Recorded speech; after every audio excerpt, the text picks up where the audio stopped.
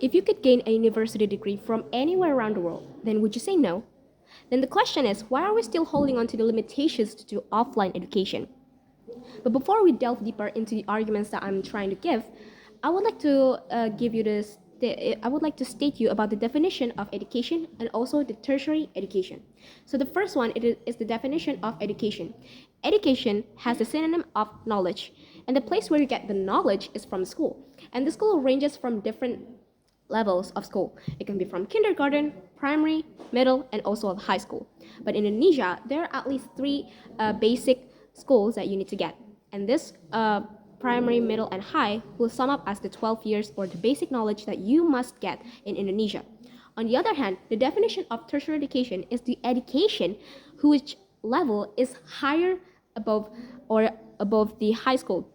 And it can be from vocational one or the diploma, bachelor or undergraduate, master's, postgraduate, and also doctoral or PhD.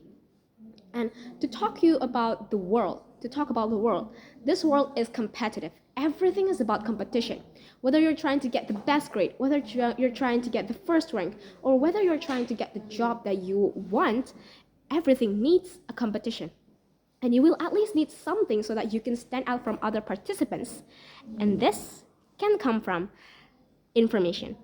So the more information you have, the higher chances you are into getting the knowledge, into getting the dream job that you are trying to get. And this more information you need to get that others don't. And this information that I'm trying to pursue is the information that you can only get from the tertiary education. And it can be like vocation or diploma, bachelor, master, and also doctoral.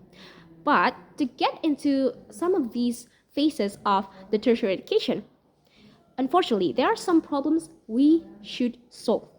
And these problems mostly came from different situations. And this mostly came from offline tertiary education. And this is why this house support a permanent move to online tertiary education from the offline tertiary education. So I would like to give you some arguments about this motion. The first one is about disability and also sick. So let's say that the student is sick, and when they're sick, the lecturer will just mark absent in the presence.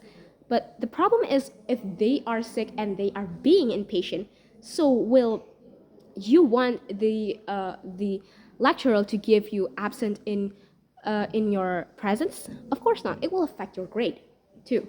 And also about the disability one. Everyone has the same right to get the education. And that is also about the disability one. So from this problem, the online tertiary education can solve this problem because it is disability friendly, because everyone can get the information they have, and also they can get more knowledge. And also the second argument is about the students' equal distribution. So let's say that the student lives in such a faraway land, or it's like a small land, and this can be a problem too, because they need to get from one land to another, and also paying for the transportation, like maybe like from the ship or maybe like from the plane. This is like one of the problems that is currently facing from the offline tertiary education, and this is when the online tertiary education can solve the problem, because without having to pay for the transportation from the ship or from the plane, you can still get the information that you can get. And also the next one is about the student exchange. So usually the bachelor, master, and doctoral is like they're like the levels, and also the higher level of information, then the higher quality you can get. And usually people will need to go abroad. And from this abroad one, you will at least need to get the criteria or the documents that you will need. And it can be from the passport, from the visa, or any other documents. But let me ask you this. Are these, for getting like these two documents or the criteria, is it that cheap? Of course not. You will at least need to give millions of rupiah in order to get the documents that you are trying to get.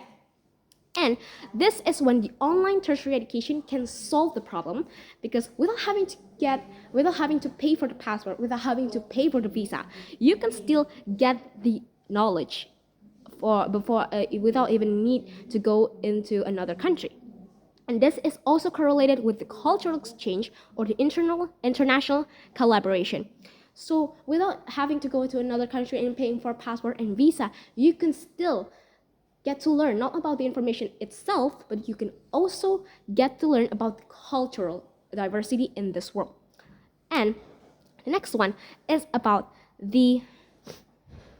then the next one is about the age limit. So I once read about the poster of open recruitment of a job, and mostly like 99% of the time, I will see that the criteria you will at least need to get a bachelor degree, and this bachelor degree, okay, and there are also like the age limit for everyone, and also the bachelor degree that I am trying to highlight. This bachelor degree. So let's say that this person has tried over and over again and even getting a gap year over and over again. And this, like by getting the gap year over and over again, like as we age older, then the criteria also is facing the problem. And this is when, to get the jobs, they will at least need to get the bachelor degree. So let's say that they are getting older, but they also need to get the jobs.